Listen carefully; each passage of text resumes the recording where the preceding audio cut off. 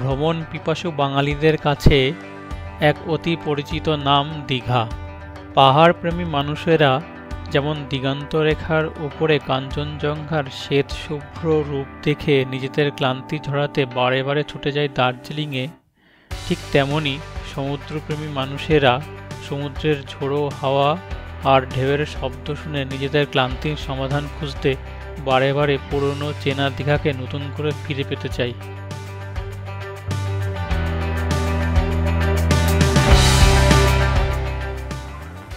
অন্যদের মতো তাই আমিও এক শনিবার সকালে পিঠে ব্যাগ আর মুখে মাস্ক নিয়ে বেরিয়ে পড়লাম দীঘার উদ্দেশ্যে। কোভিডের পর থেকে কলকাতা থেকে দীঘা যাওয়ার একটি মাত্র ট্রেন ছাড়ে সকালে হাওড়া থেকে, তাও সেখানে সিট পাওয়া প্রচণ্ড দুষ্কর।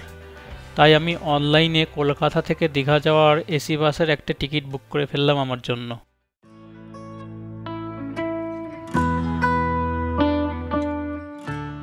বাসখানা ঠিক সকাল 6:10 স্টপেজ থেকে ছেড়ে দুরন্ত বেগে ছুটে সকাল 10:40 মধ্যে আমাকে নামিয়ে দিল ওল্ড দীঘা বাস স্ট্যান্ডে।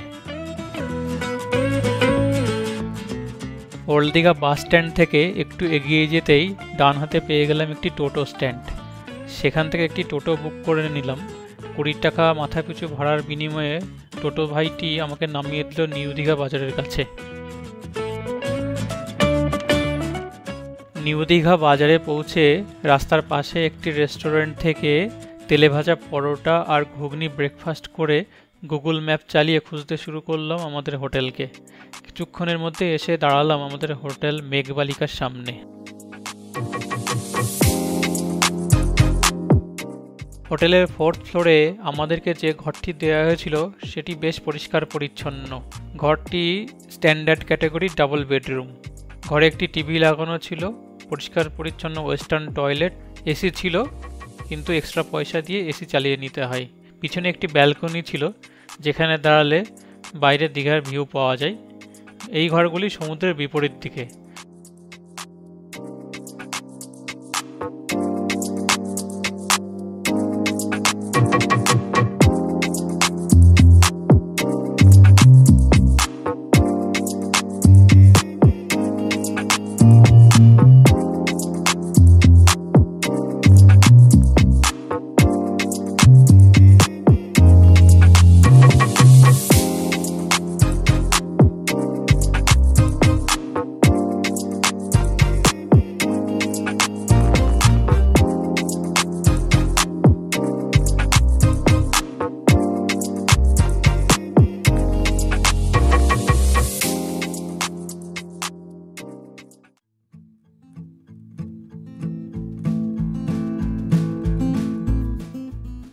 লাঞ্চের তখনও ঘন্টা দুয়েক দেরি ছিল, তাই ভাবলাম কিছুটা সাইট সিইং এখনই সেরে আসি। হোটেল থেকে ফ্রেশ হয়ে বাইরে বেরিয়ে এসে একটি অটোর সঙ্গে দরদাম করে ঠিক করে ফেললাম সাইট সিইংয়ের জন্য। রফা হলো 500 টাকার বিনিময়ে সে অটো ভাইটি আমাদের দেখাবে 4টি স্পট: রাধা গোবিন্দ মন্দির, চন্দনেশ্বর মন্দির, তালসারি বিচ এবং উদয়পুর বিচ। অটোতে চেপে বেরিয়ে পড়লাম তখনই।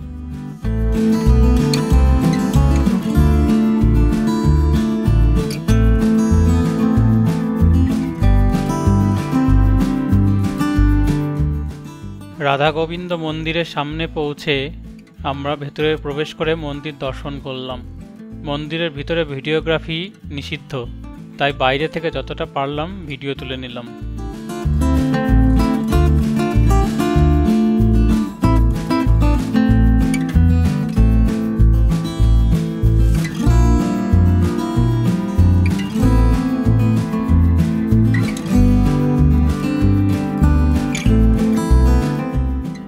এরপরে আরও কিছুক্ষণ এগিয়ে গিয়ে আমরা পৌঁছলাম চন্দনেশ্বর মন্দিরে।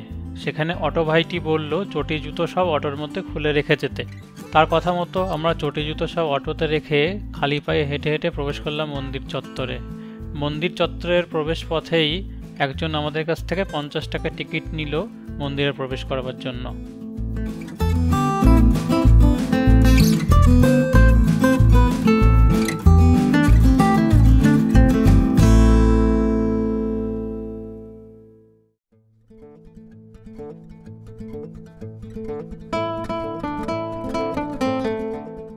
চন্দনেশ্বর মন্দিরে পূজিত হন মহাদেব। মন্দিরের ভেতরে প্রবেশ করলেই দেখতে পাবেন শিবলিঙ্গ। তবে মন্দিরে প্রবেশ করার সময় সাবধান থাকবেন, কারণ এখানে পাণ্ডাদের প্রচণ্ড উপদ্রব আছে। যখন তখন আপনার মাথায় হাতে টান পড়তে পারে। যদি সাবধান না থাকতে পারেন তাহলে কিন্তু পকেট ফাঁকা হয়ে যাওয়ার সমূহ সম্ভাবনা রয়েছে।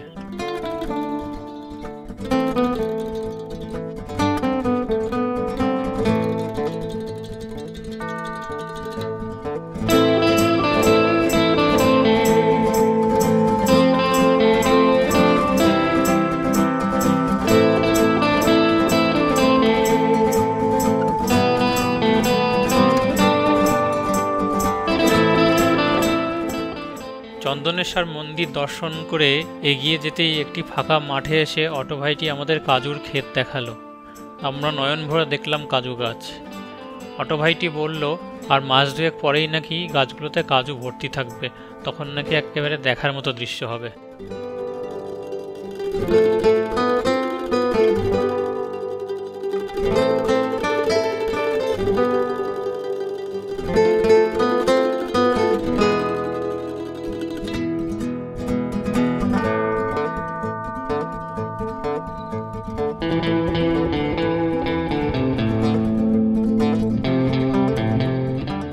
এরপরে আমরা পৌঁছলাম তালসারি বিচে।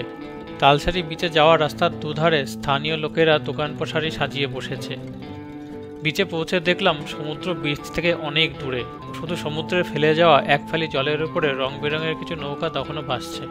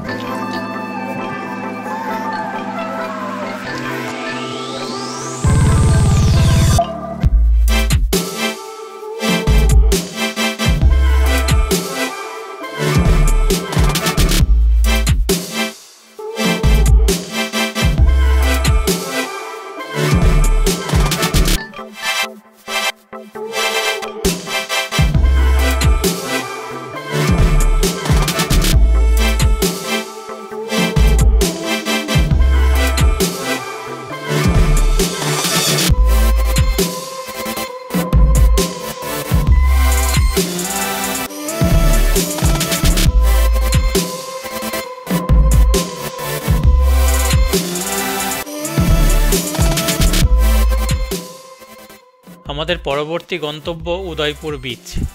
এতক্ষণ আমরা যে স্পটগুলি দেখছিলাম সবই ছিল উড়িষ্যার মধ্যে, কিন্তু উদয়পুর বিচ আবার পশ্চিমবঙ্গের মধ্যে দীঘার খুবই কাছে।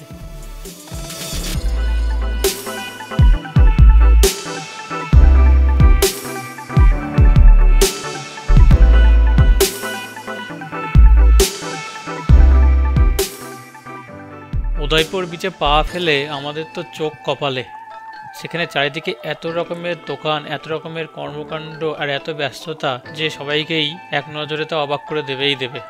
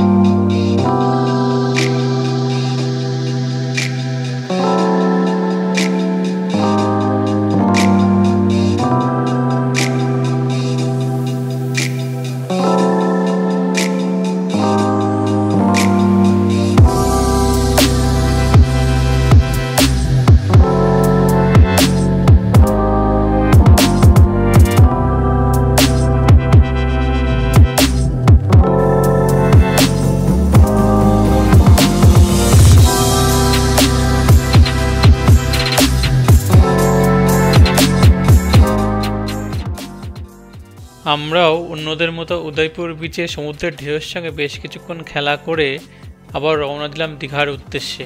কারণ ইতিমধ্যেই ব্রেকফাস্ট কখন জানি হজম হয়ে গিয়ে আবার লাঞ্চের জন্য আহ্বান জানাচ্ছে আমার পেট।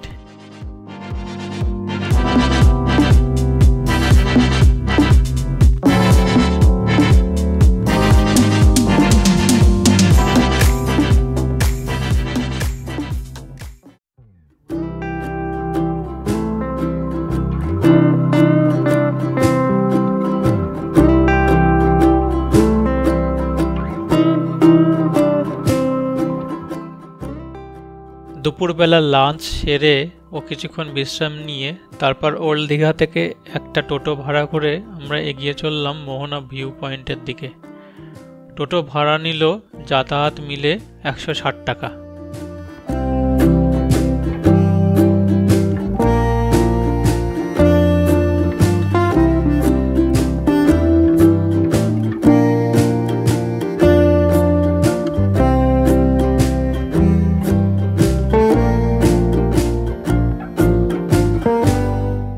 টোটো আমাদের যেখানে নামিয়ে দিল সেখান থেকে মিনিট দুয়েক হেঁটে আমরা পৌঁছলাম মোহনা ভিউ পয়েন্টে। ঠিক এই জায়গাতেই চম্পা নদী এঁকে বেঁকে এসে মিশেছে বঙ্গোপসাগরের সঙ্গে। প্রতি বিকেলের আলোতে সমুদ্রের দিক থেকে ভেসে আসা ভিজে হাওয়ায় আমাদের শরীর ও মন দুটি একসঙ্গে জড়িয়ে দিল।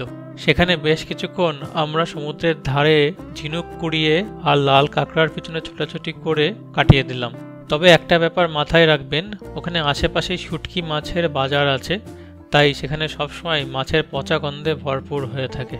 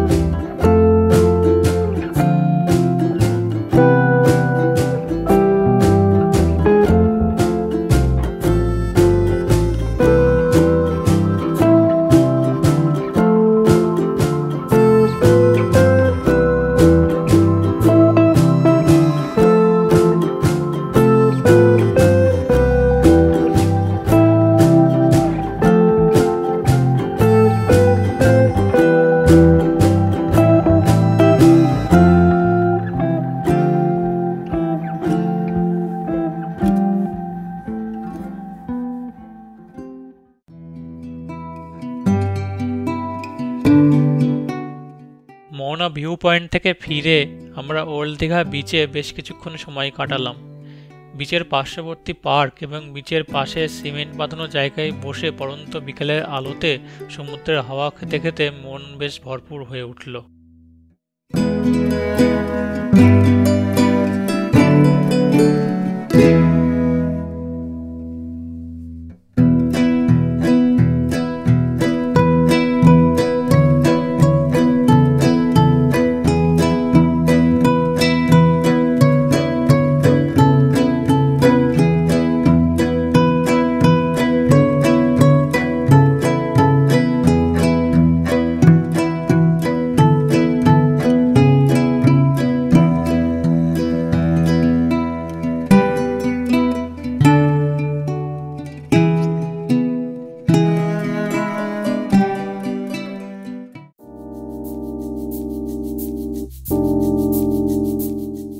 এরপরে আমরা চলে এলাম নিউ দীঘায় অমরাবতী পার্কে। সেখানে মাথাপিছু 10 টাকা টিকিট কেটে ভেতরে প্রবেশ করলাম। ভেতরে রোপওয়ে এবং বোটিংয়ের ব্যবস্থা আছে, কিন্তু তার জন্য ভেতর থেকে আলাদা করে টিকিট কাটতে হয়। এছাড়া সমস্ত পার্কটি সুন্দরভাবে ফুল গাছ এবং বিভিন্ন পাতাবাহার গাছ দিয়ে সাজানো রয়েছে। বেশ মনোরম পরিবেশ, ঘুরে ঘুরে দেখতে বেশ খানিকটা সময় লাগবে আপনাদের।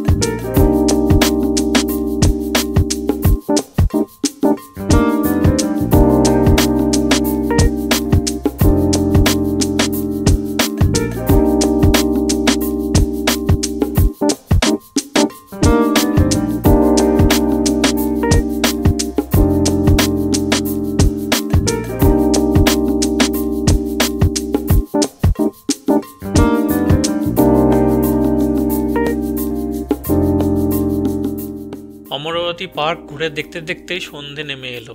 তারপর সেখান থেকে বেরিয়ে আমরা মিনিট 5 পায়ে হেঁটে চলে এলাম জাহাজ বাড়িতে। নিউ দীঘায় অবস্থিত এই বাড়িটি অবিকল দেখতে জাহাজের মতো বলে ওখানকার স্থানীয় লোকেরা একে জাহাজ বাড়ি বলেই চেনে। জাহাজ বাড়ির নিচে রয়েছে ভার্চুয়াল রিয়ালিটির এক জগৎ।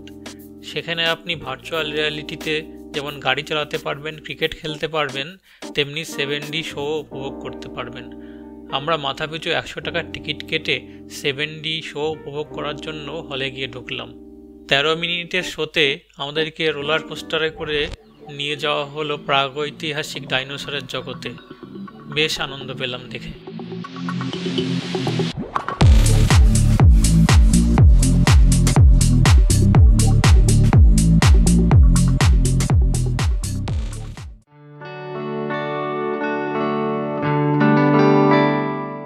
এরপর আমরা চলে এলাম নিউ দীঘা বিচে।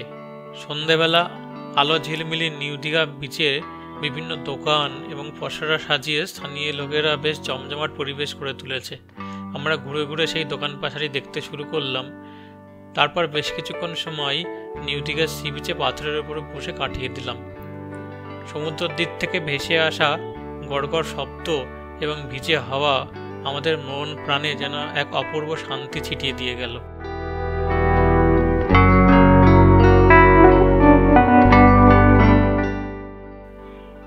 রাতের অন্ধকারে নিউ দীঘার বিচের সমুদ্রের ভিডিও ভালো করে তুলতে পেরেছিলাম না, তাই পরদিন সকাল হতেই আবার এসে হাজির হলাম নিউ দীঘা বিচে। সকালের নির্মল আলোতে সমুদ্রের অমলিন রূপ আমার মন ভরিয়ে দিল। আর ঠিক সেই সময়ে আমার হাতঘড়ি জানিয়ে দিল যে আমাদের ফেরার বাসের সময় হয়েছে।